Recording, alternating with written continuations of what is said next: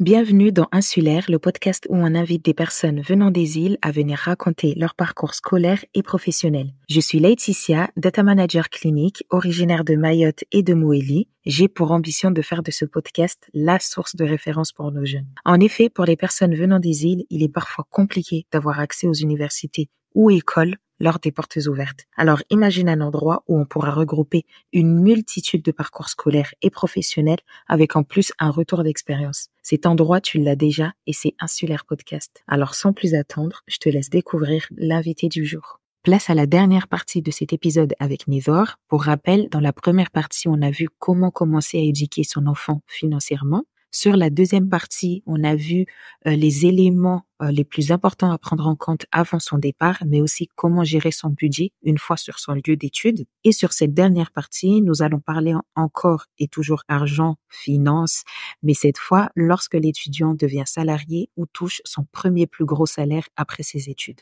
Donc, quel conseil ou qu'est-ce que tu me conseilles, puisque c'est toujours moi l'étudiant, qu'est-ce que tu me conseilles à la réception de ce premier salaire? Qu'est-ce que je dois faire? Qu'est-ce que je dois mettre de l'argent de côté? Est-ce que je dois commencer à me renseigner? Parce que j'ai déjà entendu parler de ce qu'on appelle des investissements. Vraiment, qu'est-ce que tu me conseilles? Avant de répondre à la question, j'ai mis en ligne un épisode sur Petit Sou et Gros Sou qui s'appelle mes repères de vie. Fin d'études, mes repères de vie. Donc, c'est un épisode que je recommande vivement aux étudiants en fin d'études et aux jeunes diplômés et aux jeunes actifs. Donc, c'est un épisode préparatoire, en fait, de la suite. Mais maintenant qu'on est dans le fait accompli et qu'on est déjà diplômé et qu'on a touché le premier virement, parce que maintenant, il n'y a pas de chèque avant tout, premier virement de salaire, on a trois choses de base. Il y a le quotidien, l'épargne de précaution. Et cette fois-ci, on va cranter un petit peu. On n'est pas dans 3 mois. L'épargne de précaution, c'est entre 6 mois et 1 an de salaire. Parce qu'on peut être embauché et être en période d'essai et ça se passe mal, mais qu'on a déjà signé un appartement qui coûte 900 € ou voire 1000 € de loyer. L'épargne de précaution en deuxième lieu. Et puis, on a ce qu'on appelle l'épargne projet. Préparer des projets d'avenir. Et les projets d'avenir, ça peut être lancer sa boîte, ça peut être se marier, ça peut être investir dans l'immobilier, ça peut être autre chose qui nous tient à cœur. Donc, un salaire, aujourd'hui, en matière de salaire, en général, nos dépenses du quotidien ne doivent pas être au-delà de 80% de ce qu'on gagne. Ça, c'est les ratios. Les 20% doivent être mis de côté. Si tu gagnes 1000 €, par exemple, il y a 800. Ça, c'est le train-train quotidien. C'est le maximum. Et les 200, on met de côté. Et les 200 qu'on met de côté, ce qui est vraiment important de faire, c'est de pouvoir épargner régulièrement pour avoir cette épargne de précaution, se constituer une enveloppe de précaution et se constituer une enveloppe projet pour faire face à des déménagements futurs, à des choses qui vont arriver. Si on fait ça, c'est déjà une excellente chose. Maintenant, faire cela ne suffit pas. On est juste en train de se structurer. Maintenant, moi, ce que je recommande, c'est de faire un bilan. Moi, j'appelle ça un diagnostic, j'appelle ça en fait un contrôle technique ou j'appelle ça un permis financier parce que c'est des solutions que je propose en fait en accompagnement. C'est de se dire qu'est-ce que j'ai envie de faire dans la vie. Et une fois qu'on se pose cette question, on saura pourquoi il faut de l'épargne pour des projets d'avenir. Et on saura les montants à adapter. Alors, là, j'ai dit 80-20.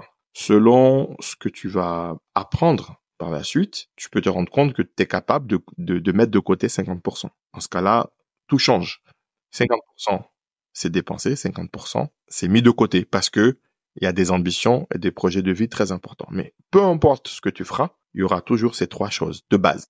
C'est la colonne de base, c'est la base de la pyramide. Le quotidien, une enveloppe de sécurité en cas de coup dur, et puis une enveloppe de projet. Donc, tous les manuels de finances personnelles, de développement personnel, de tout ce que tu vas lire, tu vas retrouver à chaque fois la même chose. Avec une vérité simple, on ne dépense pas 100% de ce qu'on gagne. On doit pouvoir mettre, certains disent 1/10, certains disent plus, selon les époques, mais la grosse bataille, la grande guerre, c'est maîtriser ses sorties on dit ses dépenses, se constituer une cagnotte pour faire face à des coups durs, et puis des projets d'avenir. Ce que tu mettras dans les projets d'avenir, c'est ce qui déterminera ce que tu vas devenir dans la vie, ce que tu vas pouvoir te constituer. Un patrimoine, tu vas pouvoir acheter, tu vas pouvoir investir, tu vas pouvoir être quelqu'un et ne pas avoir claqué ou brûlé en fait tout ton cash en plaisir, en dépenses farfelues. Ça, c'est le point le plus important. Et je dirais même en amont, il y a des gens qui ont eu une vie étudiante chaotique sur le plan budgétaire, le plan financier. C'est des parents, ils ont toujours comblé le trou, ils ont toujours, voilà. Mais bon, les parents ne sont pas éternels, hélas, et ne peuvent pas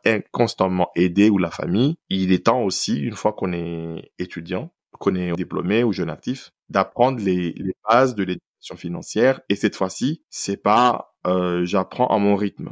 Là, on doit rentrer dans une formation accélérée. En fait, on doit être dans une sorte de bootcamp où en 2-3 mois, on doit être capable de comprendre comment ça fonctionne. Parce que y a une chose on ne te dit pas quand tu es jeune diplômé, c'est que ta première année où tu gagnes de l'argent, tu payes des impôts. Ou tu as une déclaration qui n'a pas été effectuée dans les délais et on a un trop à verser. Donc, c'est important dès le départ, même de savoir est-ce que ce que je gagne, je suis en mesure d'atteindre mes ambitions de projet de vie. Et il y a deux moyens de le faire. Soit tu recherches la science par toi-même pour élever ton niveau d'éducation financière, soit tu te fais accompagner pour à la fois gagner du temps et gagner de l'argent parce que on va tout de suite bâtir une stratégie et mettre en place en fait un schéma de vie, un schéma directeur. Donc ça c'est très important. Et il y a peut-être une idée reçue. Souvent, on a tendance à croire que parce que on demande à une augmentation de salaire, qu'on sera nanti ou à l'abri. Aujourd'hui, chaque revenu qui est gagné en France est imposable, est imposé. Donc, si on demande à gagner plus, mais qu'on n'a pas une bonne stratégie, un schéma directeur de vie pour préparer en fait des investissements futurs, ça n'aura strictement servi à rien. Donc, aujourd'hui, on peut trouver quelqu'un qui gagne 1 000 € ou même 500 € de moins que toi et qui arrive à se constituer, en fait, patrimoine dans la vie. Et quels sont les pièges les pièges financiers qui sont courants et qui sont à éviter, par exemple, dès qu'on est jeune diplômé ou qu'on vient d'avoir un premier boulot qui nous rapporte un peu plus? Est-ce que tu vois des gros pièges à éviter? Il y a un piège inattendu, mais personne n'y pense. C'est de ne pas savoir ce qu'on voudrait faire de sa vie. Qu'est-ce que je ferai de ma vie? Quelle direction va prendre ma vie? Le gros piège, je dirais, c'est ces articles qui nous confortent dans nos pensées. Carpe diem, lâcher prise. Alors, je vais pas faire le miso, mais quand je passe devant un kiosque, je vois les articles de magazines, de presse féminine, dis donc, on lâche prise, on fait pas attention. Enfin, il y a toujours une certaine liberté de casser les codes. En fait, c'est toujours quelque chose qui donne plus de liberté, mais qui ne dit jamais quel en est le prix, en fait. La chose la plus importante, quand on est diplômé, c'est tout de suite de se dire, je ne suis plus étudiant, je rentre dans la cour des grands, dans le monde des adultes, et que c'est une vie qui sera faite de compromis, petits moments de plaisir. Donc, c'est une vie où je dois faire des choix, des moments où je me sentirai bien, des moments où je me sentirai mal, en fait. Aujourd'hui, quand on a une bonne éducation financière, on passe cette phase de transition très bien. Dans l'épisode fin d'études, mes repères de vie, je donne des actions très concrètes, en fait, à mettre. Et ce que je dis, c'est que il faut prendre le recul pour se renseigner, pour lire, se cultiver sur beaucoup de choses de la vie. Se cultiver et se renseigner, ne serait-ce que, est-ce que je suis adapté à être salarié? Est-ce que je suis adapté à être fonctionnaire? Est-ce que je serais bien dans ma vie à être consultant indépendant ou à créer mon entreprise? C'est des choses qui sont très philosophiques. Mais il y a une constante dans tout ce que l'on fait, c'est que faut pas démarrer sa vie en flambant, en disant, il y a toujours ce raisonnement, j'étais étudiant, je me suis privé de tout, maintenant que je commence à gagner ma vie, je me fais plaisir. J'en ai marre de manger des pâtes, voilà. Faut pas passer d'un extrême à l'autre. Il y a une phase de transition qui est importante. Quand on était restreint, quand on était étudiant, on va pas ouvrir les vannes, on va pas passer de 2 mètres cubes d'eau à à 100 mètres cubes d'eau par seconde. On y va crescendo. Ah oui, je peux me permettre un resto par semaine. Je prends des petits séjours, des choses comme ça. Il faut y aller crescendo, mais il faut pas oublier les 3 règles. Le quotidien, la précaution et l'avenir. Faut pas dans la vie être extrémiste en fait, passer d'un extrême à l'autre, être influencé par les magazines ou tout simplement naviguer à vue, je ne sais pas où je vais. Il faut ce schéma directeur, donc tout ce que j'ai dit depuis le début, faut y penser, parce que ces choses-là ne font que te conforter dans une faiblesse. Or, la vie en 2024, 2025, 2026, c'est une vie où on a besoin d'être discipliné, d'avoir de la discipline, d'avoir un cadre, d'avoir une direction, d'avoir un cap. Et on peut pas avoir une direction si on va dans tous les sens. Faut prendre les choses en se disant, j'ai toute ma vie pour faire des choses. Donc, dans ce cas-là, je prends le temps de m'imprégner de ces choses-là. Ne pas succomber à la publicité tout de suite. Ça, c'est un point important. Parce que une vie d'adulte, il y a des droits, mais il y a surtout des devoirs. On paie des impôts, on est taxé, on demande. Moi, quand j'étais étudiant, je payais un ticket de cinéma, il était à 3 euros, j'étais content. Je suis passé de 3 euros et maintenant, un ticket de cinéma, il est presque pratiquement à 20. Je peux faire comme si j'étais étudiant. Avant, je sortais ma carte étudiant, j'avais des réductions partout dans les fast-foods. Maintenant, non. Quand je rentre, trop vieux pour ça. Donc, la préparation, une bonne éducation financière et même une bonne éducation tout court, c'est important dans la vie. D'accord, c'est clair. Dernière question. Imaginons, je suis un étudiant, j'ai suivi tous les conseils, j'ai pu mettre de l'argent de côté, mon livret A par exemple est plein, j'ai vraiment de l'argent de côté. Qu'est-ce que tu me conseilles, à part le fonds d'urgence que je vais laisser sur mon compte et qui sera là, mais l'argent en plus que j'ai, qu'est-ce que tu me conseilles de faire avec cet argent-là que je laisse quand même dormir et qui ne tourne pas? Parce qu'en tant qu'étudiant, je viens de diplômer. En tant que jeune diplômé. Ce qu'il faut noter en matière d'investissement, on investit selon son profil.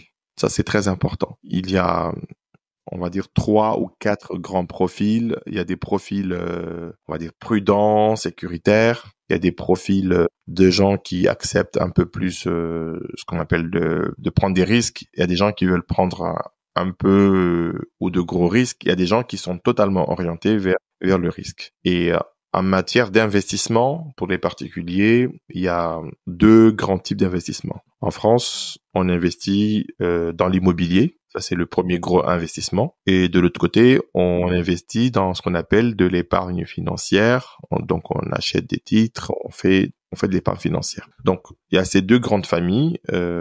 Après, bien sûr, il y a une 3e famille qui peut se dégager, c'est de se dire, j'investis dans la création d'une entreprise, d'une start-up. Ça, c'est le 3e volet qui peut s'ajouter.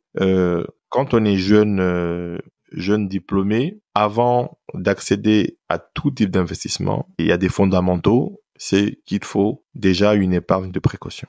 L'épargne de précaution, on peut pas y échapper parce que nos vies sont saccadées, parce que nos vies sont hachées. Moi, j'ai vu des jeunes actifs qui ont fait un burn-out. Quand on fait un burn-out, le temps déjà de sortir de là-dedans, d'être en arrêt, de reprendre une activité ou même de percevoir des revenus, c'est très compliqué. Mais le loyer, les charges ne disparaissent pas, en fait, ne s'évaporent pas. Donc, il faut une épargne de précaution pour préparer, en fait, ce type d'aléas de la vie. Ça, c'est la base. Le curseur, c'est 6 mois à 1 an, donc de revenus à côté pour faire face aux charges. Ça, c'est la base. La deuxième chose, les Français ou en France, on adore investir dans l'immobilier. Pour ceux qui souhaiteraient en faire. C'est pas quelque chose qu'on peut faire en claquant des doigts. Il faut un minimum de préparation. Quand on investit dans l'immobilier, faut se préparer minimum parce qu'il y a des frais. Pour prendre un exemple, quand on achète un bien qui est à 100 000, il faut des frais qui sont au minimum de 10 000.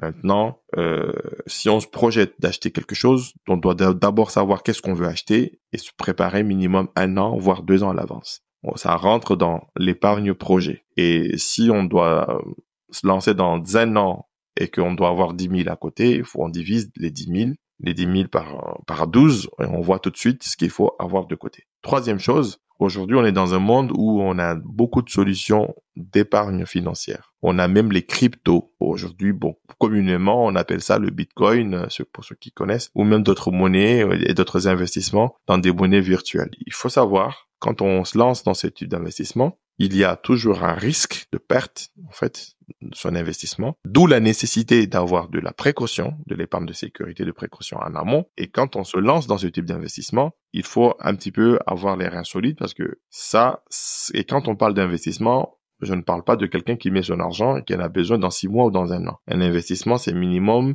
4, 5, 6, voire plus. Donc, un jeune professionnel, faut pas aller plus vite que la musique. Il faut déjà se dire, est-ce que mon travail actuel me convient? Est-ce que mes conditions actuelles me permettent de me projeter dans l'investissement? Parce que dans l'investissement, il y a une notion de futur, d'avenir, pour pouvoir honorer, en fait, ces engagements. Donc, on prépare de l'épargne projet. C'est une épargne qui te permet de prendre des options dans le futur et de faire un choix. Et puis, si on veut se lancer dans l'épargne financière, c'est apprendre à connaître les produits ou les solutions que tu vas investir. En fait, investir, je paraphrase en fait quelqu'un, investir c'est ennuyant et c'est pas quelque chose de fun, c'est pas un plaisir, c'est une matière très dure. Il faut se renseigner, il faut lire, il faut au minimum s'éduquer parce que un investisseur a un comportement particulier, il a des réactions particulières, ça ne peut pas se faire à fleur de peau, en étant ultra sensible, en étant ultra réactif aux médias d'actualité et aux chaînes d'actualité. Donc, il faut un minimum, en fait, un bagage. Donc,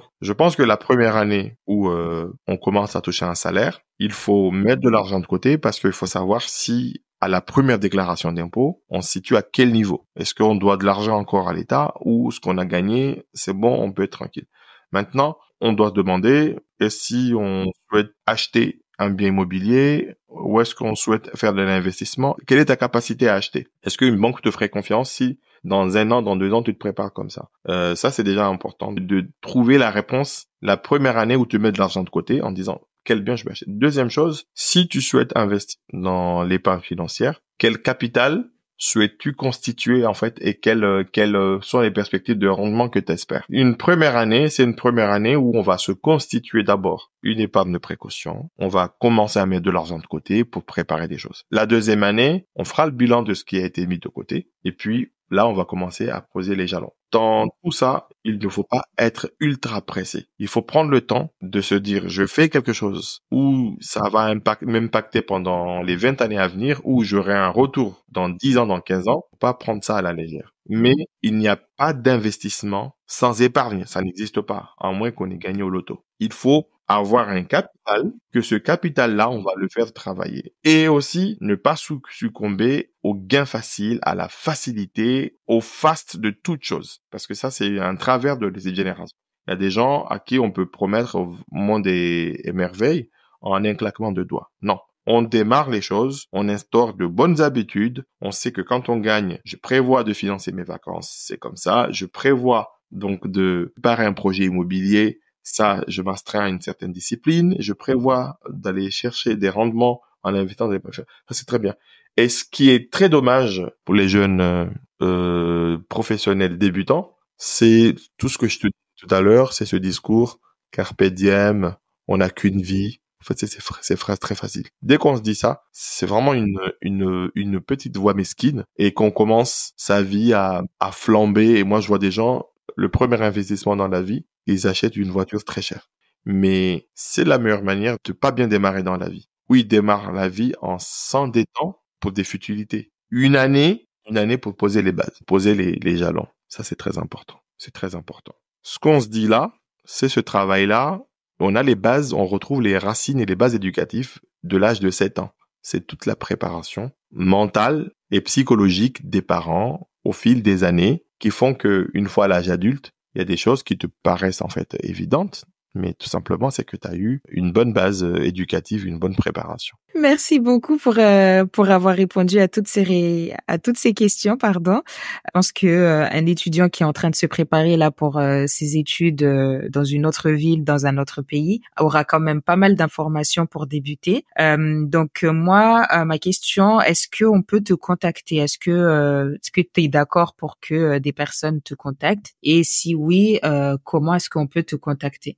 Oui, bien sûr. Alors, le meilleur moyen de garder contact avec moi, c'est de me suivre sur les réseaux sociaux du podcast Petit Sou et Gros Sou. Ça, c'est un excellent moyen parce que j'actualise avec de nouveaux épisodes. Ça, c'est un point très important. Sinon, sur la page du podcast paef.live, rubrique contact. On a la possibilité de m'écrire directement. Il y a un formulaire où on peut m'écrire directement. Pour les étudiants qui sont sur LinkedIn, ils peuvent me demander d'entrer en contact. Mais en général, les pages des réseaux sociaux sont là pour proposer de mettre en contact. On peut même interagir tout de suite avec un WhatsApp pour poser sa question. Et je tenais en fait à rassurer en fait ces étudiants, c'est que s'ils écoutent cet épisode en étant lycéens, c'est une chance formidable et je tenais absolument à remercier Laetitia qui a eu la vivacité d'esprit ou qui a eu l'intelligence de proposer cet épisode. Moi, j'en suis ravi. J'ai vraiment pris plaisir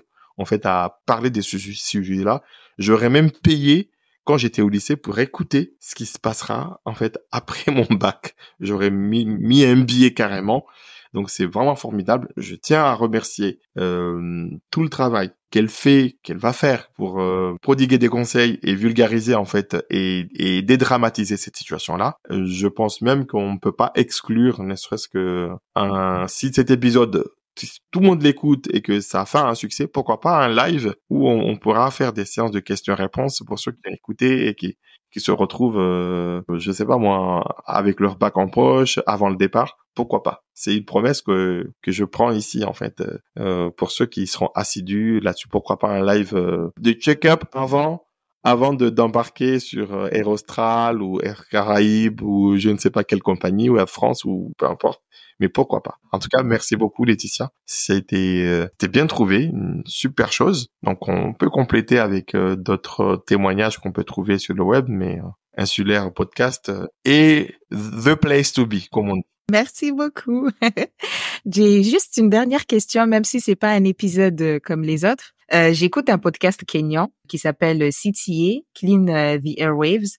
Et du coup, dans ce podcast-là, l'hôte avait un jour posé une question à un invité en lui disant « Qu'est-ce que tu voulais faire plus tard ?» Et cet invité-là, qui est Rina X, qui est kenyane aussi, lui avait dit « J'ai lu quelque part qu'il ne fallait pas demander à un enfant qu'est-ce que tu veux faire plus tard, mais quel problème tu veux résoudre plus tard. » Donc moi, ma question, c'est est-ce que toi, tu as déjà eu cette pensée-là de vouloir résoudre un problème et c'est ce qui a amené ton métier actuel ou pas du tout? Alors, moi, je suis pas du tout pour de mettre la pression aux enfants en leur disant qu'est-ce que tu veux faire plus tard ou même qu'est-ce que tu veux résoudre plus tard. Un enfant doit recevoir une base éducative.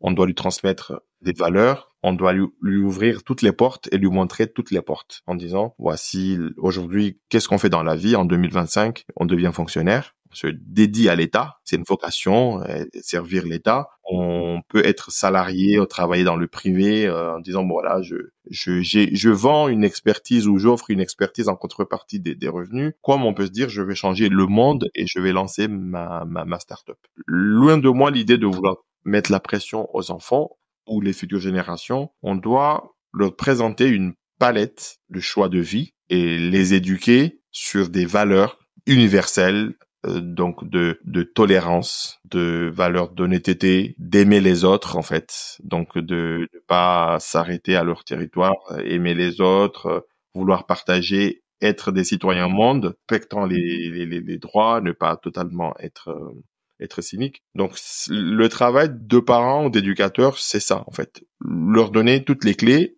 et leur dire voilà, faites votre cheminement, faites vos clés. On peut bien sûr influer ou influencer ou avoir un parti pris, mais notre rôle n'étant pas de préparer nos enfants à être de personnes qui vont résoudre des problèmes. La vie n'est pas faite de problèmes et de solutions. On n'est pas dans un monde binaire. L'enfant, on lui donne une base qui lui permettrait de faire des choix et on lui prépare un environnement, on lui met à disposition des moyens pour qu'il dessine son monde. Parce qu'il faut pas oublier, c'est pas notre monde à nous, ça sera le monde de l'enfant. Nous, on va en faire partie un peu. Plus tard, l'enfant vivra dans son monde et peut-être, ce qu'on souhaite, c'est que nous, on parte avant nos enfants et que nos enfants aient leur monde. Donc, ça serait malvenu de notre part de décider du monde des enfants, de leur monde à eux. Donc, notre rôle, c'est de préparer, d'anticiper un certain nombre de choses, de conseiller et aussi, je me plais à le dire, leur léguer aussi quelque chose. Faut pas que l'enfant démarre dans la vie avec zéro. Donc, ça rejoint aussi à parfaire notre éducation financière,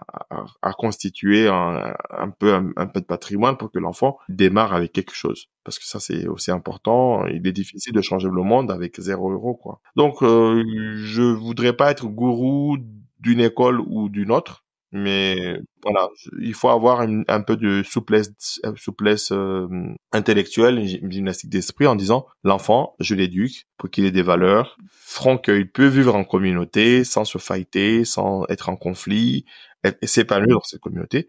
Et puis il pourra demain choisir d'être artiste peintre ou d'être berger dans le Larzac ou aller soigner des maquis dans le Mushungi, sur le Mushungi. En fait, voilà. Chaque enfant se doit de décider, enfin, ou de faire des choix, en fait, de sa vie. Merci beaucoup.